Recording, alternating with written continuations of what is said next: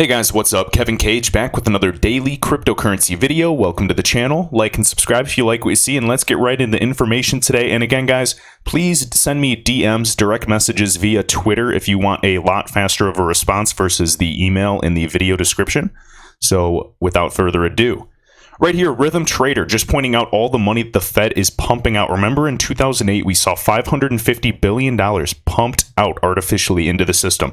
Right here, another day, another $75 billion by the Fed to fix the lending market for the first time since the last financial crisis. It took a decade for Bitcoin to grow to $200 billion in terms of market capitalization, and it took 4 days for the Fed to print $278 billion. Exactly, creating it out of thin air. And what I want to point out is that, as David Schwartz, CTO of Ripple, has alluded to, the reason why XRP is so far superior to any other digital asset is thanks to its consensus mechanism. On the XRP ledger as well, it is highly secure with proof of consensus, guys, with proof of work projects like Bitcoin. Not to trash it by any means. I'm so thankful for Bitcoin, all the attention it brought to the space, the innovation. It is absolutely necessary. But all it takes is counterfeit money. Literally, the NSA could actually perform a 51% on Bitcoin overnight if they wanted to. All right, we understand how easy it is to counterfeit money, and all it takes is money to destroy the network. In terms of Bitcoin, we know that that's a small group, or really a large group, of the Chinese mining pools. They control Bitcoin. Even, Tori over at Crypto Wizard, very reputable individual in terms of trading and investing in the foreign exchange market and cryptocurrency market for years, I might add, has even admitted that. Now, he trades Bitcoin daily because it's volatile and it's easy to make money if you're an experienced trader. However, I'm not going to pretend I'm an experienced trader by any means. I am investing by fundamentals alone, and that is where I see XRP long term. Keep in mind, XRP back in 2017, when you saw the last pump, it was the best performing digital asset. Now, this year, historically, it is one of the lowest performing digital assets. That's a buy for me. When everybody is waiting for an asset to be in the green, it's often too late. So I'm just, telling you, being an investor is truly a psychological game. All right, and this is just showing you, we'll see how much more the Fed prints. They're simply stalling. Now, the issue at hand is liquidity. Now, the only thing that can solve this, and it might seem biased, but I guess time will tell, is something to solve for this liquidity via cross-border settlement or instant settlement, 24/7 real-time gross settlement. As you can see, the infrastructure in terms of millions of billions in dollars are being invested to fix these ecosystems. We see JP Morgan, we see Wells Fargo investing in their own digital assets, their own native walled gardens. And somebody actually did a perfect analogy for me to explain this. Now remember, XRP will serve as an intermediary, an agnostic bridge asset to bridge between these walled gardens. So think of, Wells Fargo as its own intranet, all right, its own walled garden, its own closed ecosystem, just like JP Morgan with JPM Coin has its own closed ecosystem and native digital asset to use within its own inner processes through various departments. Now, when they need to send value to each other or communicate with other payment service providers or other banks per se, they cannot send a JP Morgan coin or the Goldman Sachs coin or a Wells Fargo digital currency that's pegged to the dollar. That doesn't make any sense. That's their own internal process. So they need an agnostic carrier on a permissionless distributed ledger to send the value. That is where XRP will serve. Now, again, this is the only asset that is capable of doing this. It has enough on-ramps. 2019 is a great year in terms of developments. We'll see what price lies ahead for the future. I am very bullish long term. How long is long term? Depends on your definition. Most people in the stock market wait 5 years. For me, I think 5 years from now, XRP will be a lot more. I do not want to give a figure because I am not a financial advisor. This is straight up entertainment purposes only, but I'm telling you, I've done a lot of research and all signs point to a massive value. I'm not here for 10x. I'm here for much more in terms of an ROI. All right, right here, Stort_XRP, just talking about the scalability of XRP. As we know, XRP is 1,000 times more scalable, 1,000 times faster than Bitcoin, along with significantly cheaper. Now, right here, XRP can scale to handle the same throughput as Visa. Source, 65,000 transactions per second plus as of July 15th of 2019 before the website update. and can scale to handle the same throughput as Visa source. And again, Visa, 50,000 TPS transactions per second as of 2017, 15,000 extra, not an issue. Now, the cool thing about this, and I've gone over this before, remember we were talking about, ILP with transactions of trillions per second. But again, Michael Nardillo, however you say this guy's name, always has some good tweets though and information though. He goes, to be fair, it was just outdated. The payment channel page has said over 70,000 transactions per second for almost 2 years now. And again, Ethan McBrow, I'm sorry, has actually just, alluded to this as well. So it's really based off the hardware that they had. And a while back, obviously we've seen improvement in infrastructure since then. So I'm pretty curious to see, the true capability on-chain and off-chain of XRP. All right. And then another thing that I actually saw the other day, it was pretty cool. It was two guys going back and forth about tweets and talking about XRP and XLM, which is Stellar, battling together for market share in the future. Again, XRP to me, complete superior technology. It's deflationary. If you compare the two, there's really, really no competition. But I believe that Stellar could potentially mirror or mimic the price movements of XRP short term. Long term, I think they'll absolutely differentiate themselves. And another good point, I think this guy's name was Tony on Twitter, and he was just kind of talking about antitrust laws, and Ripple cannot be the only option, all right, as a private company at least, because, he actually alluded to saying Amazon still needs Walmart to stay afloat. And, I agree. I mean, consider even the telco, industries such as AT&T. We know they've been separated several times due to antitrust laws. Thanks to, whether it's their competition in Verizon for wireless or, Comcast for wireline. If you're in the United States, you might be familiar with that. But again, other people argue and they say, you can't really compare digital assets like XLM and XRP to equities. You can really only compare Ripple to Stellar, but not XRP to XLM. And that was a really, really good point. I believe that was made by XRP Pajama on Twitter. So just wanted to share that. I thought that was worth sharing and kind of want to hear your guys' thoughts with antitrust laws. Of course, the companies themselves, the private companies, they have not gone public, and who knows what they'll do in the future. Because when you go public, you do lose a lot of, your choices depending on what your shareholders decide. So let me know your thoughts. Right here, block_real. I want to put some spotlight on the Shane Ellis theory. Now, guys, take this with a grain of salt. Now, is it possible? Absolutely. But the same thing could be possible on the other end. So we will see. We'll see what happens end of year as well. But specifically the part where he mentions someone buying up the order books. So what is Ripple, the company, planning on doing in regards to selling over-the-counter OTC? So as we can see right here, Ripple decided to pull back from providing XRP over-the-counter at scale toward the end of Q2 in light of the OTC desk's ability to source institutional demand for XRP in the open markets, open exchanges, the public exchanges that you and I use. Going forward, Ripple plans to focus institutional sales on markets where the on-exchange liquidity for XRP is insufficient to meet institutional demand.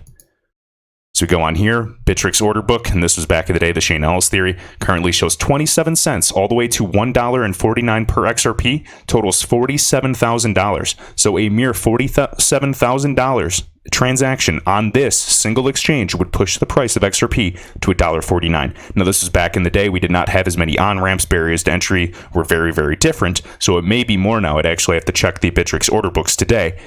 But even right here, to push XRP's price from the 27 cents that it was at that day to push XRP's price to equal $25 per XRP on Bitrue, which is a single exchange order book, it would only require $3.6 million.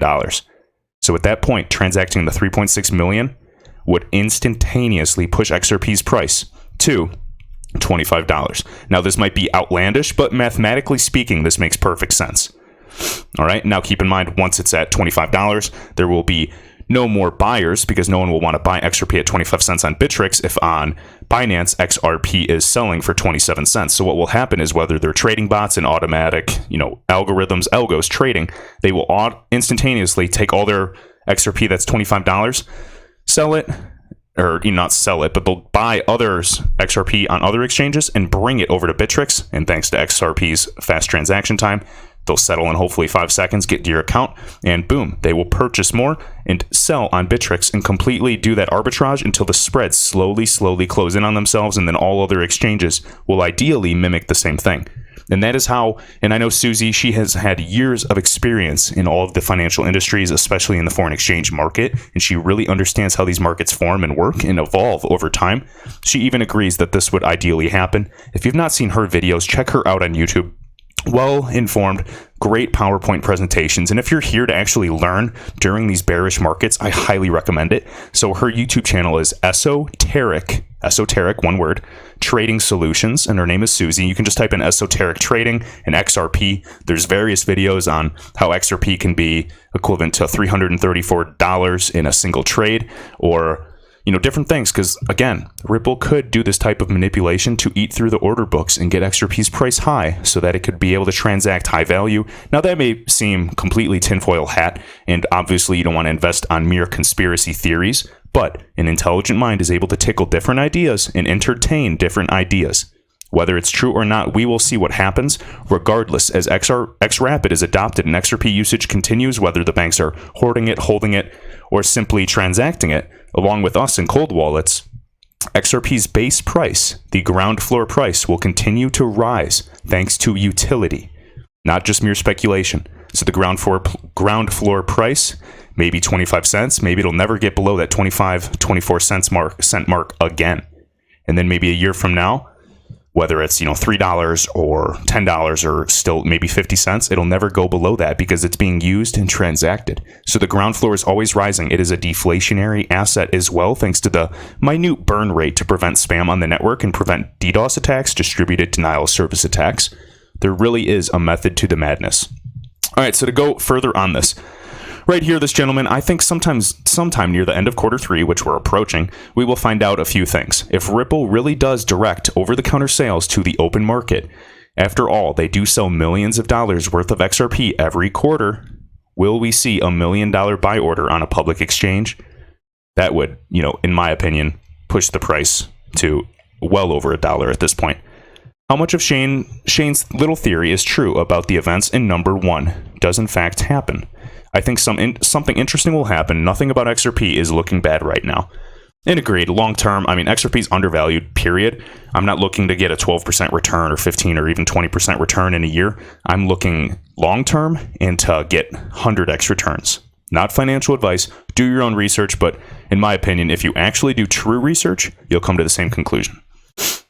All right, right here, XRP boy. You know what it is. I wasn't going to, but we received so much crap on Twitter. Screw the noise. This is actually for all the XRP haters, fudsters, naysayers, the liars, manipulators. All right, so let's just see what this has to say. This is pretty interesting, and again, this goes hand in hand with what David Schwartz was saying, and this may actually be a quote by David Schwartz, CTO of Ripple. So now, say you're a company like Seagate that pays out money all over the globe. They rely heavily on cross-border transactions and paying out that way for all of the employees, all of their clients, you name it. Now, if you have to make payments to 5 different countries in our corridors, or different fiat pairs, whether it's USD to Euro, USD to Singapore dollar, USD to Indonesian rupiah, you name it, you'd rather hold one pile of XRP than 5 piles of different currencies that require pre-funded accounts at different correspondent banks. That increases the demand.